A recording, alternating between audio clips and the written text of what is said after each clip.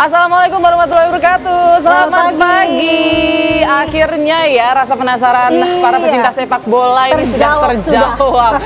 Padahal infonya kan tanggal 12 ya harusnya diumumkan bersama dengan kedatangan Patrick Kluivert di Indonesia. Tapi ternyata PSSI sudah mengumumkan lebih awal. Ada apa ini? Iya, dan setelah kita tahu siapa orangnya yang akhirnya adalah Patrick Kluivert, kita tentu ingin tahu nih apa yang akan dibawa Patrick Kluivert untuk timnas Indonesia nih. Dia akan membawa taktik apa, strategi apa untuk bisa menuju ke Piala Dunia 2026. Nanti kita bahas. Pasti harapan Indonesia besar sekali untuk Patrick Kluivert. Tapi sebelum kita membahas jauh mengenai itu, kita punya informasi menarik lainnya untuk Anda pemirsa dari Masjid Asy-Syomat di Jalan Sukabangun, Kecamatan Sukarami, Palembang yang mengalami pengerusakan. Kaca masjid pecah dan berlubang seperti terkena tembakan ini. Peristiwa ini terjadi usai jemaah menggelar pengajian pada Rabu pagi. Beberapa pengurus dan ketua masjid masih mencari barang bukti atau sisa bekas ledakan di kaca. Namun dari hasil pencarian ketua masjid dan rombongan di dalam masjid tidak ditemukan adanya selongsong atau proyektil peluru. Hanya ditemukan bekas serpihan kaca masjid yang pecah.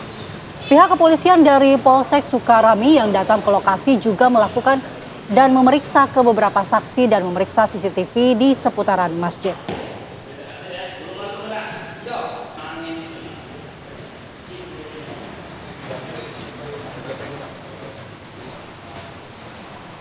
Kita beralih ke informasi dari Sampang, pemirsa. Seorang pelaku pencurian kendaraan bermotor dengan modus berpura-pura mencari amal masjid tertangkap warga beramai-ramai di wilayah Sampang, Madura, Jawa Timur.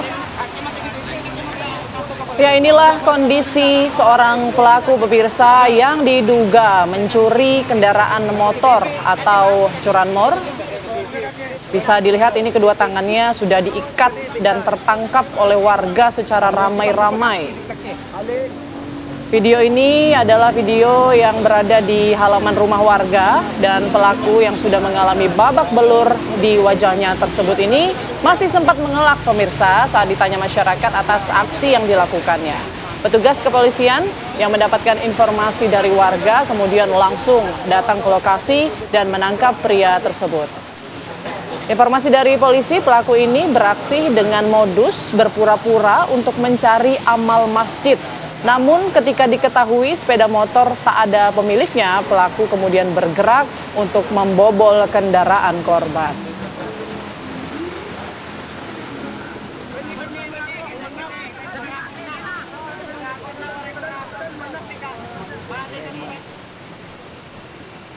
Pemirsa, penggusuran rumah di Tembesi Tower, Kota Batam, Kepulauan Riau berlangsung ricuh. Pemilik rumah bersitegang dengan petugas eksekutor. Kericuhan terjadi saat tim terpadu berupaya mengosongkan rumah. Saat itu pemilik rumah menghalangi petugas yang akan melakukan evakuasi. Evakuasi pemilik rumah berlangsung dramatis hingga pemilik rumah harus dievakuasi. Warga menyayangkan penggusuran ini karena menurut mereka sedang melayangkan gugatan ke Pengadilan Tinggi Tata Usaha atau PT UN di Tanjung Pinang. Aduh, kericuhan ini terjadi di depan anak kecil pula. Saya sangat menyayangkan nih. Iya, apa yang terjadi saat ini. Tapi kalau evakuasi atau penggusuran ini biasanya memang selalu berakhir ricuh sih ya. Karena ini adalah usaha untuk mengeluarkan paksa biasanya pihak-pihak yang bersengketa.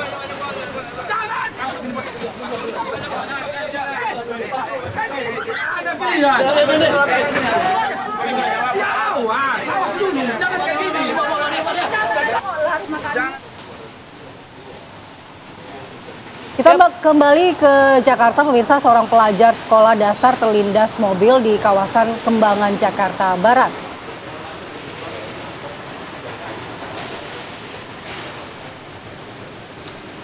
Dari rekaman kamera pengawas, pemirsa, kita lihat ada seorang bocah di Jalan Masjid Al-Ikhlas, Meruya.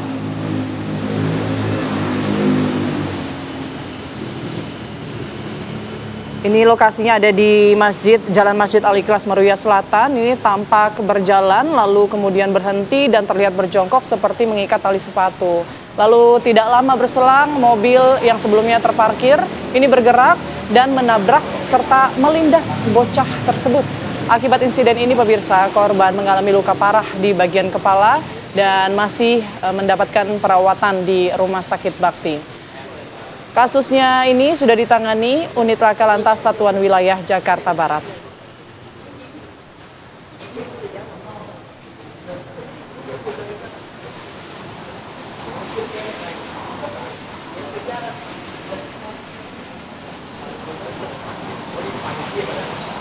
Dari Jakarta kita ke Lampung, pemirsa. Rombongan anggota DPRD Lampung Utara melakukan sidak pekerjaan jalan di ruas jalan Subik Ogan Jaya, Abung Tengah, Lampung Utara. Nah, mirisnya pemirsa, aspal jalan yang baru dibangun ini mudah terkelupas atau dikerjakan secara asal-asalan. Ya, viral di media sosial, Ketua DPRD Kabupaten Lampung Utara, M. Rizal, bersama Komisi 3 anggota Dewan, menemukan pekerjaan ruas jalan Subik Ogan Jaya, Abung Tengah, Lampung Utara ini sepanjang 2,5 km dikerjakan asal jadi. Karena dengan menggunakan tangan, anggota DPRD dapat mengelupas jalan yang baru dibangun tersebut. Ini kondisi jalan ini disesalkan Ketua DPRD Lampung Utara, M. Rizal. Jalan yang baru diperbaiki tersebut menggunakan dana bagi hasil atau DBH sawit sebanyak 9 miliar yang diperuntukkan untuk perbaikan infrastruktur ruas jalan. Menindaklanjuti keluhan warga, pihak DPRD berencana memanggil semua pihak terkait untuk mempertanggungjawabkan kondisi jalan tersebut.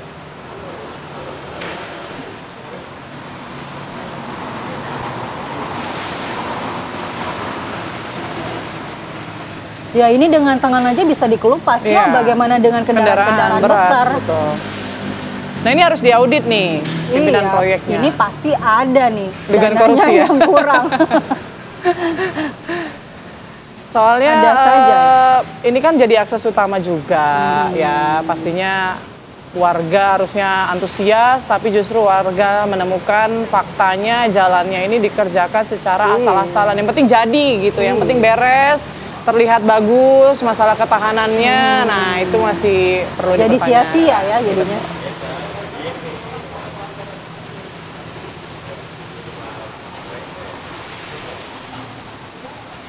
Ya pemirsa, saat lagi kami hadir dengan serangkaian informasi menarik, diantaranya adalah Presiden Prabowo Subianto menandatangani nota kesepahaman atau MOU dengan Qatar.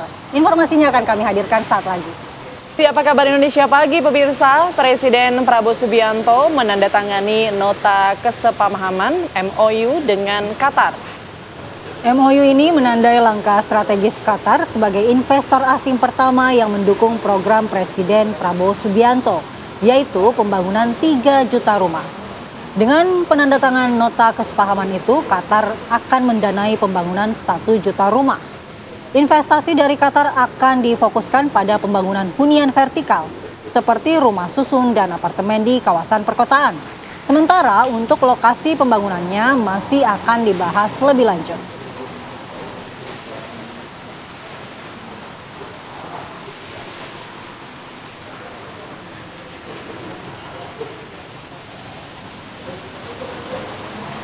Kita ke informasi lainnya pemirsa, Kapolsek Cinangka dan 2 anggota Polsek lainnya dimutasi buntut dari kasus penembakan bos rental mobil.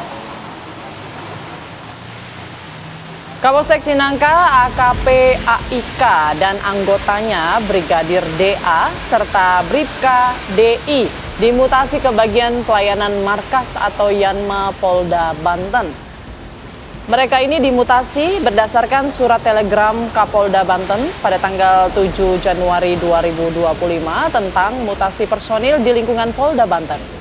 Ketiganya dimutasi untuk menjalani pemeriksaan Bitpropam Polda Banten karena adanya dugaan tidak profesional dalam melaksanakan tugas soal laporan bos rental mobil yang meninggal dunia karena perintah penembakan di kilometer 45 Tol Tangerang Merak.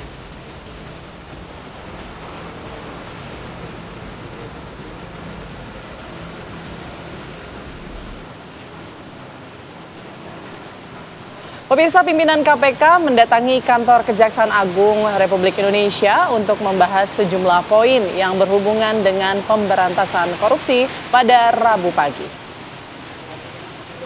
Ketua KPK menyatakan KPK dan Kejaksaan Agung akan bersinergi menurunkan indeks persepsi korupsi di Indonesia. Sementara itu, Jaksa Agung menegaskan Kejaksaan Agung dan KPK bersinergi dan terus berkoordinasi dalam upaya pemberantasan korupsi. Pemberantasan korupsi menjadi atensi Presiden Prabowo Subianto yang termaktub dalam Asta Cita, sehingga pemberantasan korupsi menjadi tanggung jawab bersama.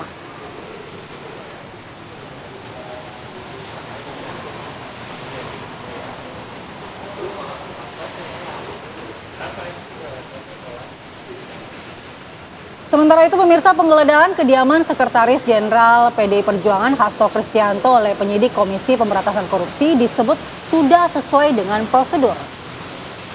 Ya, hal ini sudah ditegaskan oleh Ketua KPK Setio Budianto usai pertemuannya dengan Jaksa Agung di Gedung Kejaksaan Agung Kebayoran Baru, Jakarta Selatan pada Rabu kemarin. Setio juga menjelaskan bahwa hasil penggeledahan di rumah Sekjen PDIP nantinya akan dilaporkan secara transparan. Sementara mengenai barang bukti saat penggeledahan, yakni berupa flash disk dan sejumlah dokumen, Ketua KPK menyebut hal ini merupakan wilayah kewenangan dari penyidik KPK. Sementara pemirsa, sebelumnya pada hari Selasa sore kemarin, tim penyidik KPK melakukan penggeledahan rumah milik Sekjen PDI Perjuangan Hasto Kristianto di kawasan Bekasi, Jawa Barat dan Kebagusan, Jakarta Selatan. Sesuai prosedur aja, hasilnya nanti kan pasti dilaporkan oleh penyidik, gitu ya. Sudah ada barang bukti yang ditemukan. Secara spesifik penyidik lah itu. Saya kata PDIP ada flash disk sama dokumen. Ya itu penyidik lah yang bisa nanti silakan. Baik, terima kasih ya.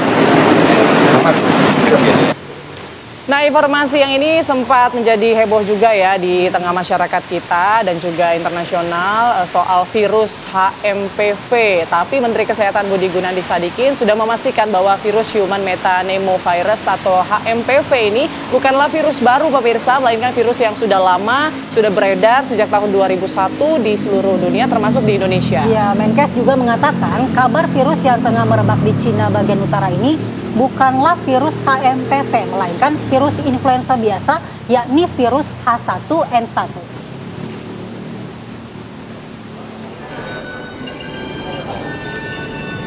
Virus Human Metapneumovirus atau HMPV yang dikabarkan saat ini tengah mewabah di Cina menyita perhatian internasional dalam beberapa waktu terakhir.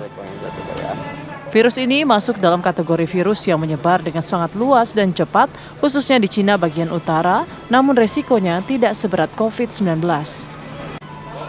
Menteri Kesehatan Budi Gunadi Sadikin memastikan bahwa virus Human Metapneumovirus atau HMPV bukanlah virus baru, melainkan virus lama yang sudah beredar sejak tahun 2001 di seluruh dunia. Kalau virus baru kayak COVID, tubuh manusia tuh belum tahu bagaimana meresponsnya. Akibatnya, kalau dia menyerang tubuh kita bingung bagaimana meresponsnya. Sehingga kemungkinan besar risiko fatalitasnya tinggi. Kalau HMPV, tubuh kita tuh sudah tahu meresponnya seperti apa selama puluhan tahun. HMPV itu ditemukan 2001 dan sudah beredar di seluruh dunia sejak 2001. Meski virus HMPV tidak berbahaya, namun masyarakat tetap diimbau untuk menjaga kesehatan dengan menerapkan perilaku hidup bersih dan sehat. Dari Jakarta, Robin Freddy, TV One mengabarkan.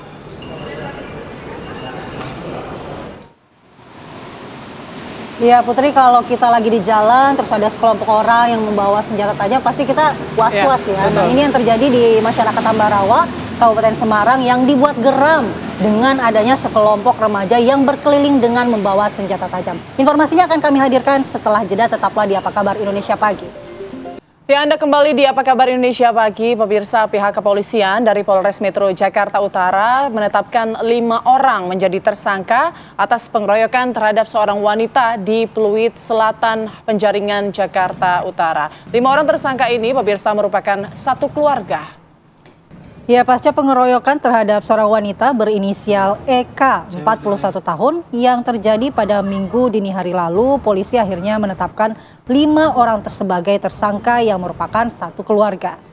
Mereka adalah ibu berinisial K, 42 tahun, serta keempat anaknya berinisial EWH, laki-laki 21 tahun, VS, perempuan 22 tahun, BDP, laki-laki 22 tahun, dan CDK, perempuan di bawah umur yang masih berusia 16 tahun. Para tersangka dikenakan pasal 170 KUHP terkait penganiayaan dengan ancaman penjara di atas 5 tahun. Sedangkan seorang tersangka yang masih di bawah umur dikenakan wajib lapor. Polisi juga akan memeriksa suami tersangka atas tuduhan perselingkuhan terhadap korban. Diketahui motif penganiayaan terhadap korban Eka lantaran ia diduga atau dituduh selingkuh dengan suami tersangka. Sebelumnya viral di media sosial ya, seorang wanita dikeroyok di tengah jalan oleh 5 orang yang terdiri dari 3 wanita dan 2 pria. Bahkan korban sempat ditelanjangi. Akibat kejadian itu korban mengalami luka-luka di bagian wajahnya. Ini videonya sempat viral dan sebenarnya ini kalau dilihat satu keluarga solid. Tapi solidnya kekompakannya kita acungi jempol ya, tapi tidak terpuji. Arah yang benar harusnya. Pemirsa, penemuan mayat anak laki-laki dalam ruko kosong di Kabupaten Bekasi, Jawa Barat hingga kini masih menjadi misteri. Polisi belum berhasil mengungkap penyebab kematian anak laki-laki berusia 6 tahun tanpa identitas yang ditemukan di ruko Kalimalang Indah, Tambun Selatan, Kabupaten Bekasi, Jawa Barat pada Senin kemarin.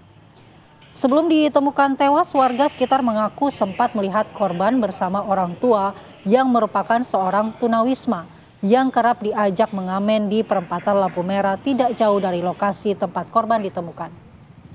Korban dan orang tuanya tinggal di lokasi diperkirakan baru 1 minggu. Hingga kini pemirsa, petugas kepolisian masih memburu kedua orang tua korban dan belum memberikan keterangan terkait perkembangan kasus yang masih dalam penyelidikan Polsek Tambun Selatan, Polres Metro Bekasi.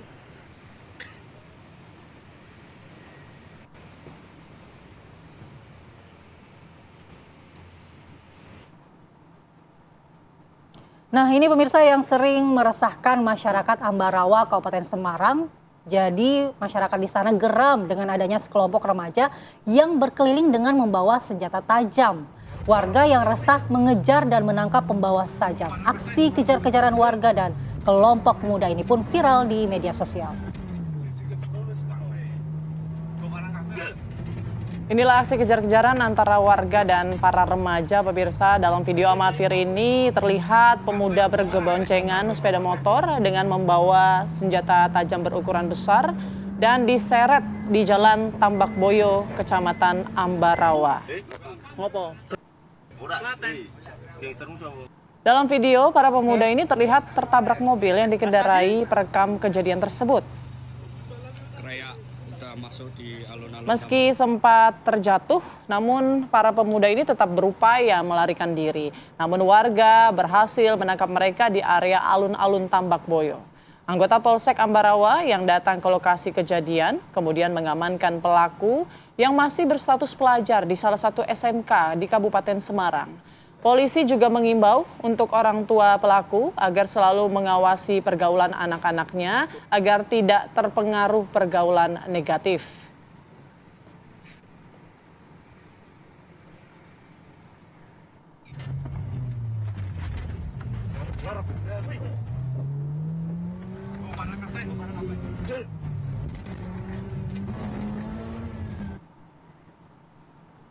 Ya, kita akan perbarui informasi pemirsa dengan Kapolsek Ambarawa, AKP Riri Widyastuti. Selamat pagi, AKP Riri. Selamat pagi, Mbak. Bu. Baik, Bu Kapolsek, bisa dijelaskan Bu Kapolsek, aksi dari para remaja ini apa sebetulnya rencana mereka awalnya? Apakah memang mereka mau tawuran atau memang mereka biasa sweeping begitu tengah malam berkeliaran? Bagaimana penyelidikannya? Baik, Mbak. Awal mulanya ada 2 orang anak remaja itu untuk berkunjung di inisial R. Kemudian mereka membeli miras untuk minum-minum. Ya, kemudian datang 4 orang anak pelajar. Kemudian mereka melaksanakan aksi motor-motoran, kebut-kebutan dengan membawa senjata tajam. Kemudian di dalam tempatnya di alun-alun Tambak Boyo terdapat latihan PSHT, Mbak.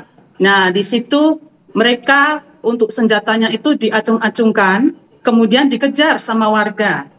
Kemudian ada yang terjatuh. Lah, yang terjatuh itu inisial G sudah diamankan di Polsek Ambarawa. Namun yang diamankan tidak membawa senjata tajam, begitu, Mbak. Ya, Bu Kapolsek. Selebihnya ini informasinya lainnya kabur dan kami masih dalam tahap penyelidikan keberadaan anak remaja yang membawa senjata tajam tersebut. Baik, ya Bu Kapolsek, informasinya kejadian ini cukup meresahkan warga. Apakah memang ini sering kali terjadi di mana kelompok anak muda ini berkeliling membawa senjata tajam atau baru kali ini, Bu?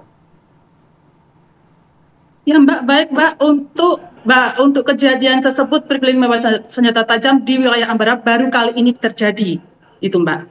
Itu pun semua warga berasal dari tetangga, desa tetangga sebelah, begitu, Mbak. Baik, Bu Kapolsek, kan masih ada yang belum tertangkap. Ada berapa sebetulnya komplotan mereka ini, kelompok pemuda ini pada saat melakukan aksinya? Dan apakah mereka juga warga Ambarawa atau warga luar yang kemudian datang ke sana? Yang belum tertangkap ada 6 anak remaja, semuanya berasal dari luar dari wilayah Ambarawa. Kemudian untuk langkah-langkah yang diambil dari Polsek Ambarawa, Mbak, yang pertama kita langsung melaksanakan cek TKP, kemudian mengamankan 2 anak remaja yang terlibat dalam rombongan kendaraan tersebut, namun mereka berdua itu tidak membawa senjata tajam. Kemudian mengamankan 2 buah celurit, Mbak, panjang kurang lebih 1,5 meter, mencatat saksi di lokasi kejadian, kemudian melaksanakan penyelidikan keberadaan kelompok remaja yang membawa senjata tajam. Sampai saat ini masih dalam penyelidikan kami, Mbak. Iya, lalu saat ini yang sudah ditangkap itu keterangannya seperti apa, Bu? Apakah memang mereka ini merupakan satu kelompok seperti geng motor begitu, Bu, atau apa? Yang mereka yang ditangkap 2 orang anak ini tidak termasuk dalam geng motor. Mereka cuma diajak sama yang inisial D. Yang mana D ini sudah drop out dari sebuah sekolah SMK negeri gitu, Mbak. Bu, apakah mereka ini, kalau untuk yang tertangkap sendiri, apakah ini aksi pertama? Atau mereka memang ada mempetakan begitu wilayah-wilayah yang kemudian nanti akan mereka lewati begitu? Atau seperti apa, Bu, hasil pemeriksaannya? Untuk yang trek-trekan itu videonya diambil dari warga, Mbak. Dari warga yang kebetulan di alun-alun Tambak Boyo itu sedang ada latihan PSHT. Ya, di situ rame warga gitu, Mbak. Nah, kemudian ada trek-trekan, kemudian dikejarlah sama warga. Yang jatuh itu anak yang bonceng kemudian jatuh gitu, Mbak. Namun anak tersebut tidak membawa senjata tajam, begitu. Iya, untuk warga yang pada saat itu juga memviralkan video dan melakukan pengejaran, ini memang baru kali itu juga mendapatkan aksi yang seperti ini, Bu, atau seperti apa? Apakah memang dia sudah sering melakukan pengejaran terhadap kelompok-kelompok seperti ini? Yang melakukan aksi video itu baru pertama kali, Mbak. Baru pertama kali ini terjadi di Ambarawa. Oke. Baik, Bu, apakah mayoritas dari kelompok ini adalah anak-anak di bawah umur mungkin ya, Bu? Lalu bagaimana nanti perlakuan hukum terhadap mereka ini? Ya, kami memberikan imbauan, Mbak, kepada masyarakat, kepada orang tua untuk selalu mengawasi pergaulan anak-anaknya agar tidak terpengaruh untuk pergaulan negatif. jangan sampai anak-anak kita menjadi korban atau pelaku tindak kriminal. Kemudian dipastikan kepada orang tua yang mempunyai anak remaja pada pukul 22.00 agar sudah berada di rumah.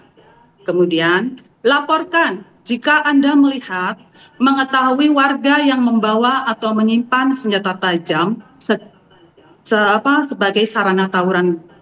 Kemudian laporkan jika anak atau mengetahui gerombolan anak muda yang melaksanakan pesta miras di area publik. Kemudian laporkan jika Anda mengetahui adanya penggangster ataupun kelompok balapan liar. Gitu, Mbak. Baik, terima kasih banyak Ibu AKP Riri Widyastuti selaku Kapolsek Ambarawa sudah bergabung bersama kami di Apa Kabar Indonesia Pagi. Selamat pagi, sehat selalu Ibu. Sehat selalu, Bu. Ya pemirsa, kita harus jeda terlebih dahulu, tapi sesaat lagi kita akan hadirkan informasi yang paling ditunggu-tunggu. Sekarang udah saya, STY out, berarti Clifford in gitu ya. STY out, Clifford in. Nah, ini yang akan menjawab nanti adalah narasumber kita. Kira-kira apakah peluang Indonesia akan lebih dekat masuk ke Piala Dunia 2026 dengan masuknya Patrick Kluivert nanti menjadi pelatih timnas kita? Kita akan hadirkan informasinya sesaat lagi. Nama Patrick Kluivert akhirnya terpilih menjadi pelatih timnas Indonesia. Tidak bertanya-tanya lagi, tidak penasaran lagi. Yang sekarang menjadi babak baru dari sepak bola Indonesia adalah bagaimana membawa timnas untuk melaju ke Piala Dunia 2026. Betul. Yang tentu saja menjadi beban juga bagi Patrick Kluivert. Betul. Nah, kita akan membahas ini dengan sejumlah narasumber kita melalui daring. Sudah ada Pak Bambang Nurdiansa, pelatih sepak bola Indonesia, dan juga Bung Yusuf Kurniawan sebagai pengamat sepak bola. Selamat pagi Pak Beng dan Bung Yuke. Selamat pagi Mala Putri. Selamat pagi Mbak Yusuf.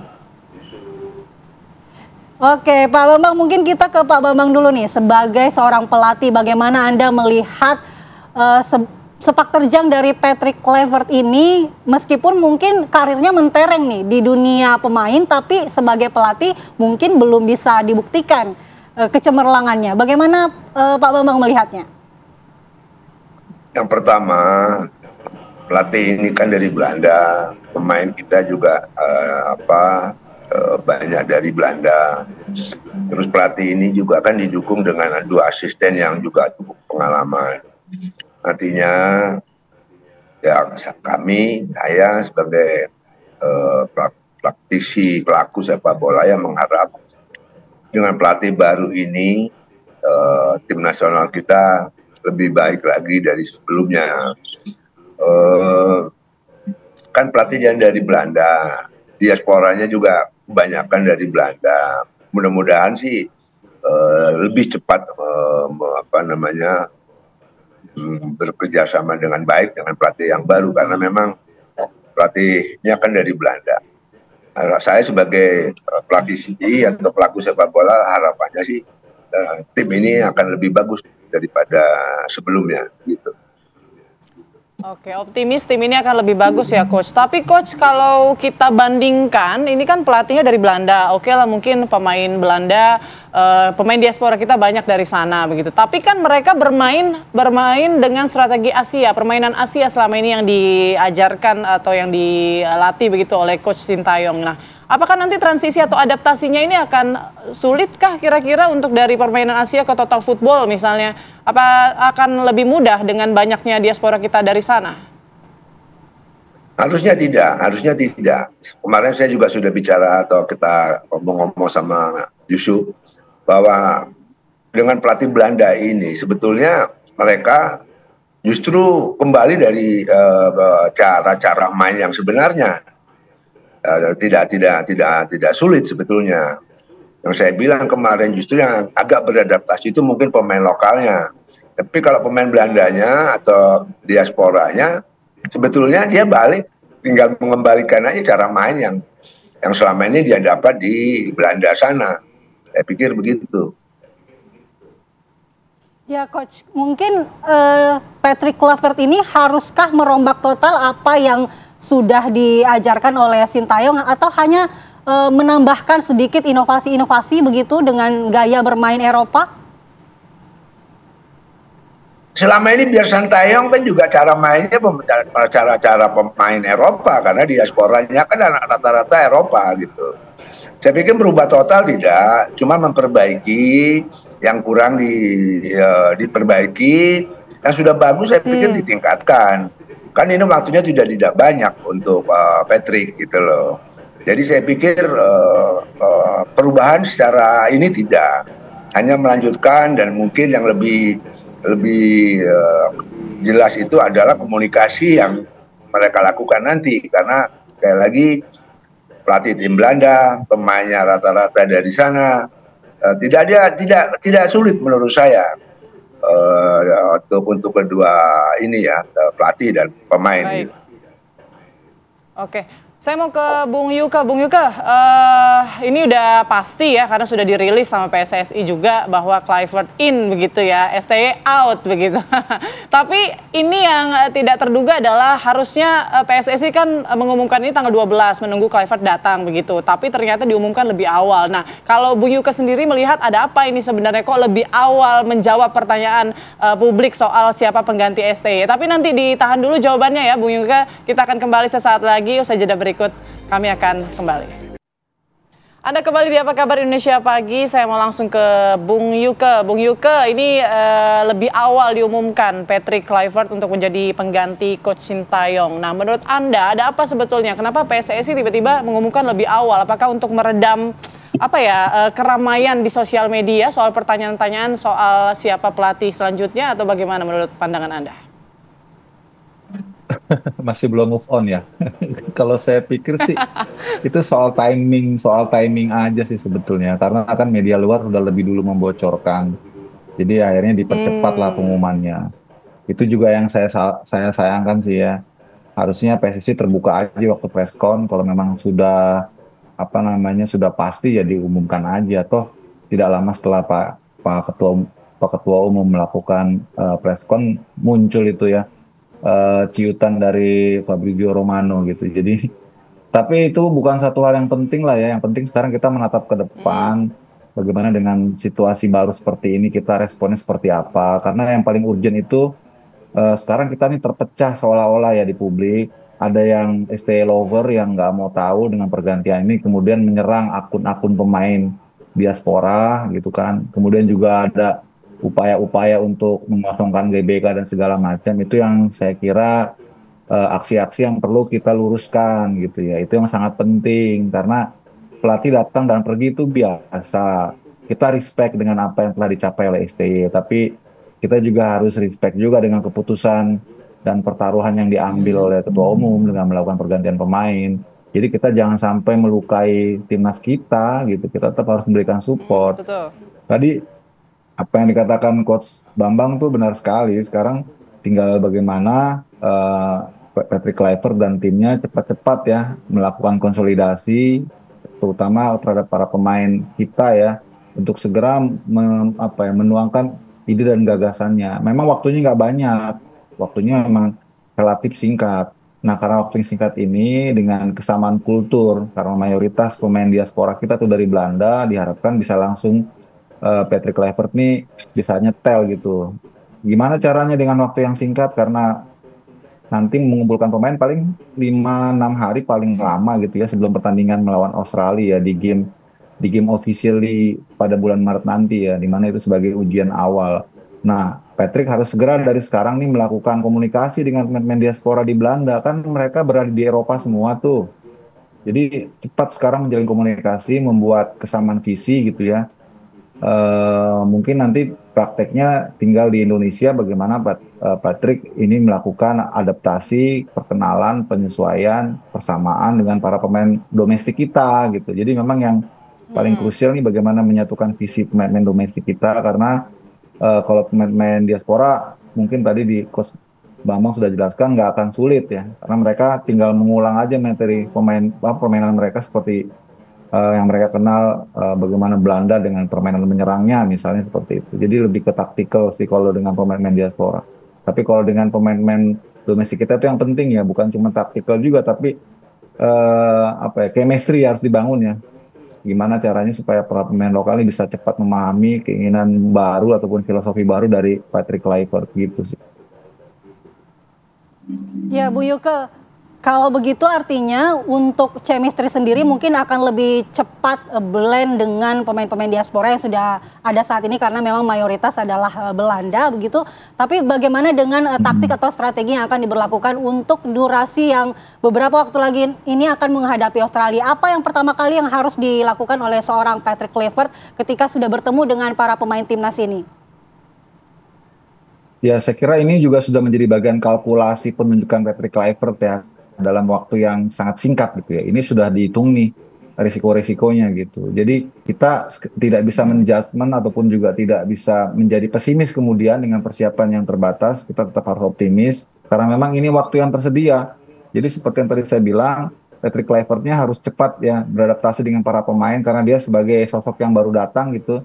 Dan tim ini sudah ada kan sebelumnya. Jadi dari sisi pelatihnya harus cepat untuk bergerak. Makanya kan tanggal 12 besok ya dia datang kan. Itu adalah bagian dari percepatan yang harus dilakukan walaupun pertandingannya baru Maret gitu. Kalau dari sisi taktik saya nggak bisa terlalu dalam ya karena itu bagian teknikal lah. Itu mestinya Coach Bambang tuh yang menjelaskan. Tapi intinya mereka akan bermain sebagaimana potensi yang mereka punya. Kalau Belanda ini kan pemain Eropa ini kan bermainnya lebih terbuka, lebih attacking gitu ya. Di depan bola gitu. Kalau kemarin kan dengan STY cara mainnya lebih konservatif, lebih bertahan, lebih banyak di belakang bola. Itu yang mungkin dari sisi taktikal kurang nyaman gitu dengan pemain diaspora. Mungkin dengan Patrick Kluivert yang filosofinya lebih terbuka, lebih attacking, ini potensi dan kreativitas para pemain diaspora kita bisa lebih maksimal. Mungkin ya harapannya seperti itu. Tinggal memang masalahnya trikinya di persiapan memang di waktu yang singkat. Tapi ya ini udah bagian dari pertaruhan yang diambil oleh federasi ya. Kita lihat aja nanti hasilnya. Oke, baik saya ke Coach Banur lagi. Coach Banur, ini soal membahas strategi ataupun taktikal ya. Kita tahu kalau kita sedikit menilik ya formasi yang kerap digunakan Kluivert saat dia menukangi Curaçao begitu ataupun juga timnas atau klub Adana Demirspor ini menggunakan pola 4-2-3-1 atau 4-3-3. Sedangkan kalau kita lihat nih STY cenderung ke 3-4-3, 3-5-2. Nah, kita bisa lihat ya perbedaan pola permainannya gitu bahwa di Eropa permainan penyerang itu memang lebih ditingkatkan gitu ya, penyerangan ketimbang pertahanan. Nah, untuk khususnya pemain lokal kita, bagaimana nanti adaptasinya mereka untuk masuk ke pola baru nanti? Apakah Anda melihat cukup mumpuni kok pemain lokal kita mengikuti permainan Eropa begitu atau bagaimana? Ada masukan nggak untuk pemain lokal kita mungkin catatan ke depan? Ya artinya gini Mbak, Patrick ini tidak akan merubah total cara main karena waktunya sangat mepet sekali. Yang langkah pertama saya pikir koordinasi bicara dengan pemain-pemain diaspora yang ada. Kalau soal cara main atau sistem off play 3-4-3, 4-2-3-1 dan sebagainya, saya pikir itu tinggal pengertian daripada para pemainnya untuk memainkan pola itu. Jadi saya pikir tidak ada satu sistem pun yang menjamin sebuah kemenangan. Mau 3-4-3, 3-5-2, 4-2-3-1. Tidak ada satu sistem pun yang menjamin sebuah kemenangan. Tidak ada satu sistem pun yang pasti kalahan gitu kalau orang bilang. Tidak. Tinggal bagaimana anak-anak para pemain bisa menjalankan apa yang dimau oleh pelatih. Jadi saya pikir perubahan secara total tidak mungkin karena waktunya sedikit, mepet sekali. Kalau soal pola permainan atau sistem off play, formasi berubah tidak ada masalah sebenarnya, gitu kan? Karena levelnya pemain nasional apalagi diaspora, tinggal menjalankan saja apa yang dimau pelatih sebenarnya begitu. Tapi sekali lagi perubahan total tidak mungkin dilakukan sama Patrick. Tinggal bagaimana kekurangan yang kemarin ditingkatkan. Tentunya beliau kan datang ini pelatih nanti tanggal 12. Banyak diskusi mungkin sama manajer, mungkin dengan pengurus PSSI apa sebetulnya apa yang terjadi sebelumnya gitu waktu dipegang pelatih lama. Seperti itu, Mbak. Ya Coach, nanti juga Kluivert ini akan dibantu oleh sejumlah asisten pelatih dari Belanda, yakni Alex Pastoor dan juga Danny Lanzat. Lalu mungkinkah ini seharusnya peran dari Kluivert ini fokus dengan leadershipnya dan juga mentalitas pemain dibandingkan dengan taktiknya. Jadi nanti taktik dan strategi akan diserahkan ke asisten-asisten pelatih tersebut. Saya pikir gini loh, kalau kita melatih, itu kan sudah ada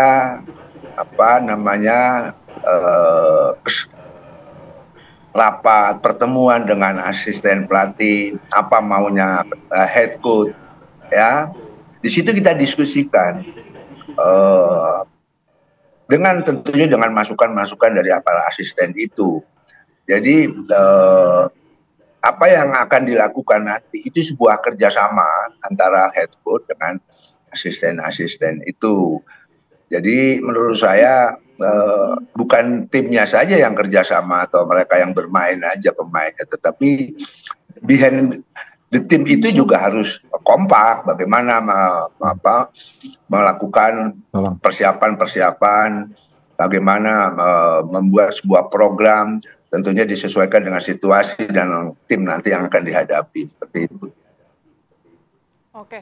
Saya mau kembali ke Bung Yuke. Bung Yuke, kalau Anda sendiri pendapatnya bagaimana? Apakah, karena banyak juga ya netizen yang berkomentar bahwa sosok Kluivert ini lebih dilihat lebih ke sosok figurnya sebagai pemain hebat gitu ya, pemain senior yang akan disegani para pemain timnas kita nanti. Sementara untuk taktikal ataupun strategi nanti akan dilakukan lebih ke pendalamannya lewat asisten pelatihnya. Nah, kalau Anda sendiri bagaimana pandangannya?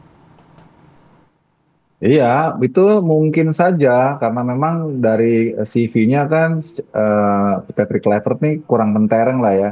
Kalau konteksnya adalah sebagai pelatih gitu ya. Kalau saat menjadi pemain kita sudah tidak perlu bicara lagi lah karena dia sudah memenangkan banyak gelar. Tapi sebagai pelatih yang tergambar justru memang kurang mumpuni sebetulnya kalau dari track record ya. Karena dia pernah menangani Curaçao terakhir 6 bulan ya. Masanya ketika itu dan tidak terlalu memuaskan juga. Bahkan melawan Bahrain, melawan Australia yang notabene adalah lawan-lawan kita di grup ini, itu dia kalah 4-0 dari Bahrain dan kalah 2-1 dari Australia.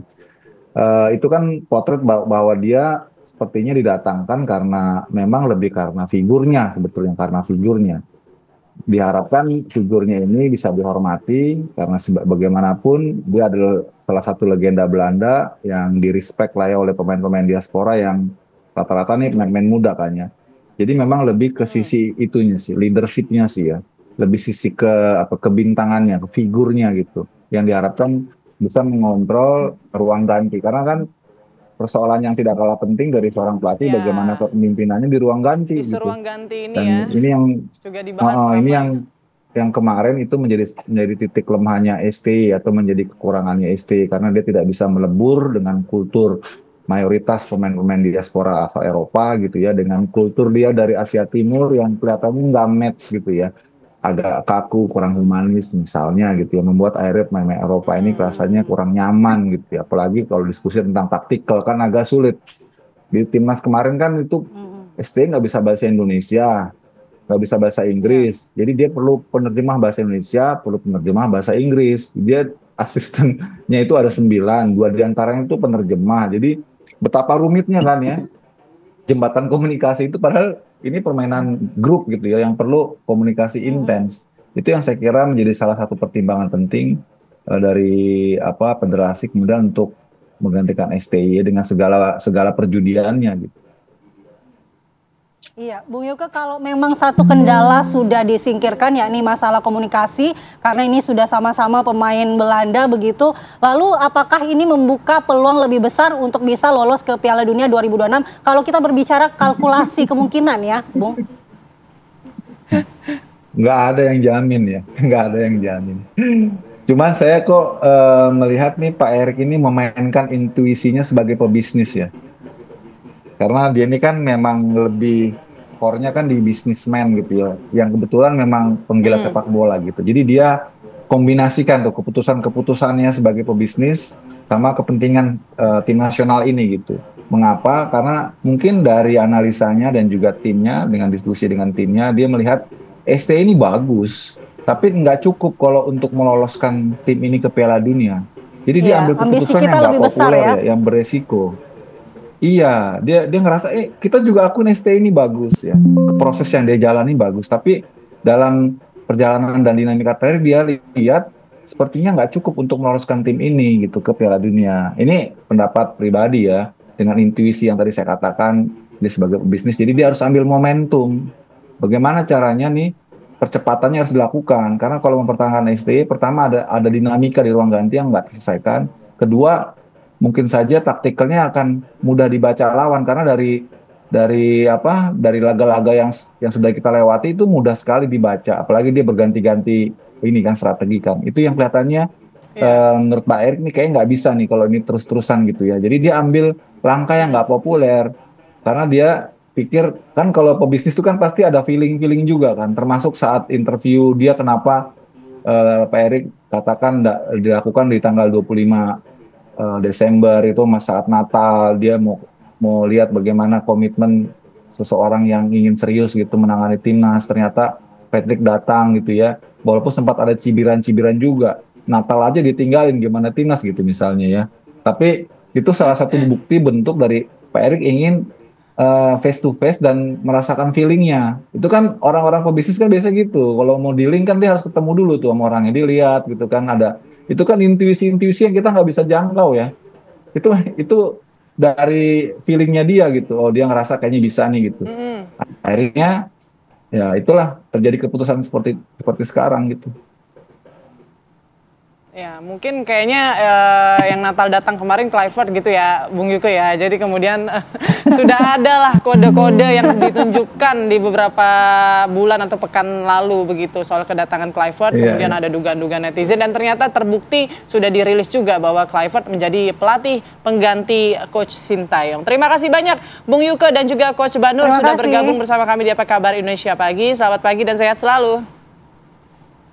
Ya, selamat pagi. Ya pemirsa, Apa Kabar Indonesia Pagi akan kembali dengan bahasan berikutnya yang selalu menjadi fokus dari Apa Kabar Indonesia Pagi juga, ini mengenai program makan bergizi gratis. Program kita prioritas. Akan pantau setelah jeda.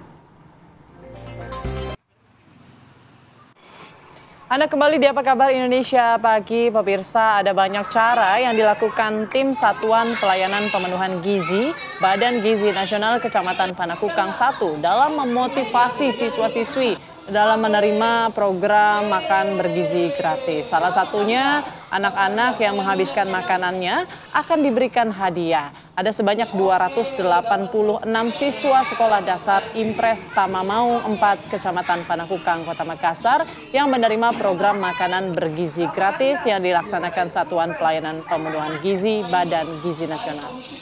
Berbeda dengan 2 hari sebelumnya, di hari ketiga ini siswa-siswi diberi motivasi berupa hadiah seperti buku, pulpen, tas, dan alat tulis. Semakin semangat jadinya nih. Sebanyak 3.375 paket makanan bergizi gratis disalurkan tim Satuan Pelayanan Pemenuhan Gizi Badan Gizi Nasional Kecamatan Panakukang 1. Sudah kenyang dapat hadiah, iya, ya kan? Tapi kalau habis. Kalau nggak habis nggak dapet. Tapi kan jadi memotivasi ngelihat teman-teman dapat hadiah, dia jadi pengen habisin. Bagus-bagusin motivasinya. Baik, untuk memantau langsung bagaimana saat ini jalannya program makan bergizi gratis di Makassar, sudah ada Firda Jumardi yang siap mengabarkan. Silakan Firda.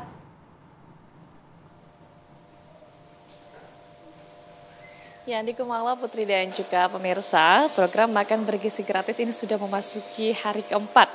Setiap harinya beberapa sekolah di Kecamatan Panakukang ini sudah mendapat distribusi makan bergizi gratis, dan di tempat saya mengabarkan saat ini merupakan SDIT Wihdatul Ummah yang berada di Jalan Abdullah Dangsrua, Kecamatan Panakukang, Kota Makassar. Pemirsa, di tempat ini terdapat 765 siswa yang ditargetkan mendapatkan makanan bergizi gratis, dan untuk total sekecamatan Panakukang ini ditargetkan ini akan berjumlah 3.375 siswa yang ditargetkan mendapatkan makan bergizi gratis setiap harinya. Dan pemirsa, mari kita mengintip bagaimana menu makan bergizi gratis untuk hari ini. Menunya seperti apa? Langsung kita tanyakan kepada siswa di sini, pemirsa, yang memang beberapa menit ke depan ini akan makan siang begitu dan langsung menyantap bekal yang sudah diberikan ini. Assalamualaikum. Assalamualaikum. Dengan adik siapa? Nuki. Adek Nuki, ini sudah hari keempat ya dapat makan bekal gratis gitu? Iya. Adek Nuki bisa dibuka dulu nih bekalnya hari ini apa aja? Waduh, hari ini ada apa aja nih? Ini ada tumis ayam, ayam suwir, kemudian juga ada wortel untuk sayurnya, ada Pisang, nasi, sama susu. Sama ada kol ya? Iya. Nuki paling suka nih yang mana nih? Kalau kelihatannya Nuki paling suka yang mana? Ayamnya. Ayam. Nuki memang suka ayam ya? Iya. Tapi sayurnya dimakan juga dong sama pisangnya. Oke. Tapi ini memang dari kemarin Nuki kalau makan bekal gratis ini pasti habis kan ya? Iya dong. Selalu habis? Iya. Selalu habis. Tapi semua ini Nuki kemarin juga dapat susu nggak kemarin di hari ketiganya ini? Alhamdulillah dapat. Nuki kemarin kan Kakak Firda dengar Nuki tulis surat ke Presiden Prabowo di dalam bekal makanannya. Apa sih isi suratnya Nuki? Isi suratnya itu, makasih Pak Prabowo, Bapak adalah presiden terbaik. Nuki senang gak ya dapat makanan udah 4 hari nih, bawa jajan gak atau gimana? Aku gak bawa jajan, alhamdulillah aku senang banget. Oke, langsung makan bergizi gratis setiap hari ya, jadi udah gak bawa jajan gitu? Iya. Udah gak bawa jajan karena makan. Setiap hari ini suka semua ya lauknya, belum ada yang disisain gitu Nuki?